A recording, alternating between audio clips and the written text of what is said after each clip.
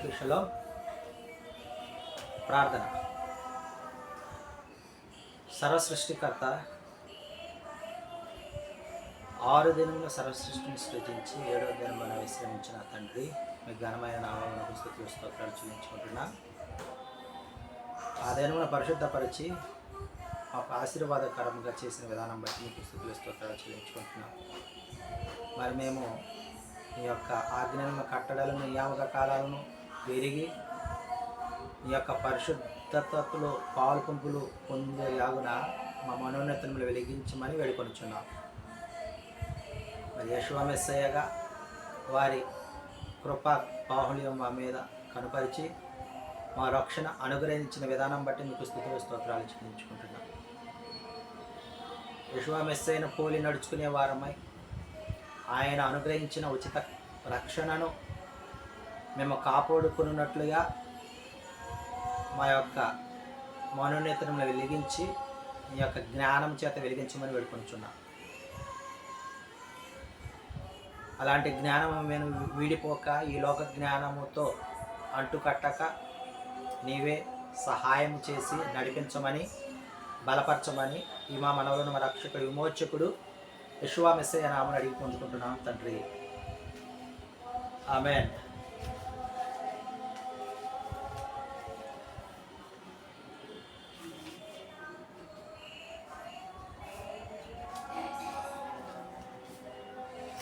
కరములెత్తి ప్రార్థించగను,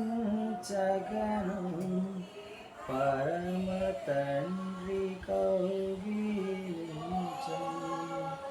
కరములెత్తి ప్రార్థించగను, పరమ తండ్రి కౌగిలించును. స్వరములెత్తి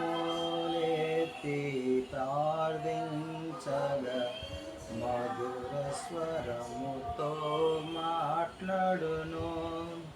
స్వరములెత్తి ప్రార్థించగను, మధుర స్వరముతో మాట్లాడును.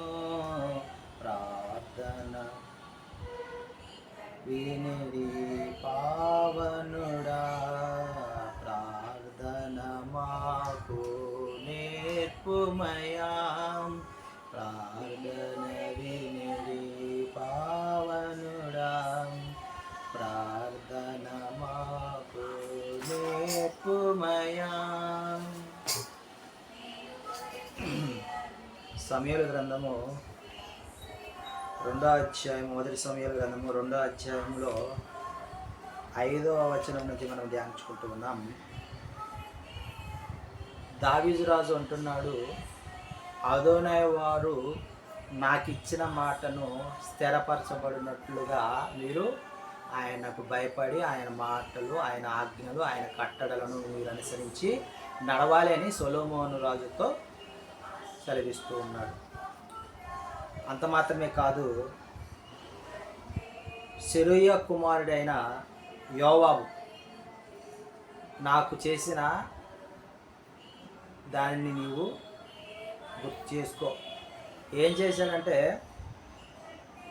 నేను అబ్నేరును అమషాయను వారి సమాధాన కాలమందు వారు ఉండగా వారిని రక్తాన్ని చిందించి చంపివేశాడు. వారిద్దరిని కూడా. వారు నీతిమంతులు కాబట్టి నీవు ఆ యోవాబును తగిన రీతిగా నీవు శిక్షించుమని కూడా జ్ఞాపకం చేస్తున్నాడు, తెలియజేస్తూ ఉన్నాడు. అబ్షాలోము ఎదుట నుంచి నేను బర్జిల్లా ఈ కుమారులు ఇద్దరు నా సహాయం చేసినందున వారిని భోజనపు బల్ల చుట్టూ వారు సంతోషంగా ఉన్నట్లు వారిని జ్ఞాపకం చేసుకో అని కూడా తెలియజేస్తూ ఉన్నాడు. బెన్యామీయుడు అయిన గెరా కుమారుడైన షిమి నన్ను శపించాడు కాబట్టి అతడు రక్తముతో సమాధిలో దిగునట్లుగా నీవు అతనిని శిక్షించుము అని. నేనైతే షిమిని ఏమి చేయనని మాట ఇచ్చాను కాబట్టి నేనేమి చేయలేదు షిమిని. కానీ నువ్వు అతన్ని ఊరికనే వదిలిపెట్టవద్దు అని షిమిని కూడా మరి షిమీని గురించి సొలొమోనుకు తెలియజేస్తూ ఉన్నాడు. ఆ తర్వాత దావీదు నిద్రించెను. హెబ్రోనును 7 సంవత్సరాలు, యెరూషలేమును 33 సంవత్సరాలు దావీదు పరిపాలించినట్లుగా మనము ఈ అధ్యాయంలో చూస్తూ ఉన్నాం. మొత్తం 40 సంవత్సరాలు దావీదు రాజుగా ఉండిన కాలం. హగ్గీతు కుమారుడైన అదోనియా బత్షెబతో వచ్చి మాట్లాడుతూ ఉన్నాడు. నాకు రావలసినది సింహాసనము, నీవు అదోనై వారి దయ వల్ల నీ కుమారునికి సొలొమోను ప్రాప్తమైనది, కానీ నేను నిన్ను ఒక కోరిక కోరుతున్నాను అని బత్షెబతో అదోనియా పలుకగా, ఏంటి ఆ కోరిక అని అడిగినప్పుడు, షూనేమీరాలైన అభిషాగును నాకు ఇచ్చి పెళ్లి చేయమని బత్షెబను కోరతాడు. నీవు వెళ్ళి సొలొమోనుతో చెప్పిన యెడల నీవు చెప్తే సొలొమోను అంగీకరిస్తాడు అని బత్షెబతో చెప్తే, బత్షెబ విని సొలొమోను దగ్గరికి వెళ్ళి ఈ మాట చెప్పగానే ఏమవుతుంది, సొలొమోనుకి ఈ అదోనియా తండ్రి కొడుకు సహోదరుడు వరుస అవుతాడు. మరి అభిషాకు ఏమవుతాడు, కొడుకు వరుస అవుతాడు. కానీ ఇక్కడ ఏమంటున్నాడు, దావీదుకి ఆ చివరిలో మరి సేవ చేసినటువంటి అభిషాగు పిన్నిని పెళ్లి చేసుకోవాలని, పిన్ని వరుస అయ్యి ఆమెను పెళ్లి చేసుకోవాలని కోరినప్పుడు అది సొలొమోనుకి బహు కష్టంగా మారింది. అది విరుద్ధంగా ఉన్నది కాబట్టి ఈ మాట పలికినందుకు అదోనీకి మరణ శిక్ష పడుతుంది అని తెలియజేసి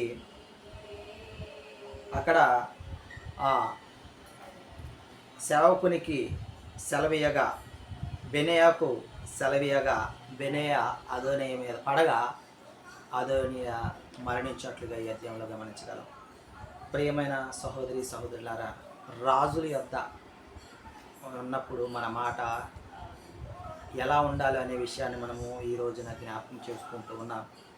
అలాగనే దావీదు మరణప్రాయంలో ఉన్నటువంటి దావీదు మరి కొడుకైన సొలొమోనుకు, రాజు అయిన కొడుకైన సొలొమోనుకు ఏ విధంగా దిశానిర్దేశము చేస్తూ ఉన్నాడు అనే విషయాన్ని కూడా ఈ దినం మనం జ్ఞాపకం చేసుకుంటూ ఉన్నాం.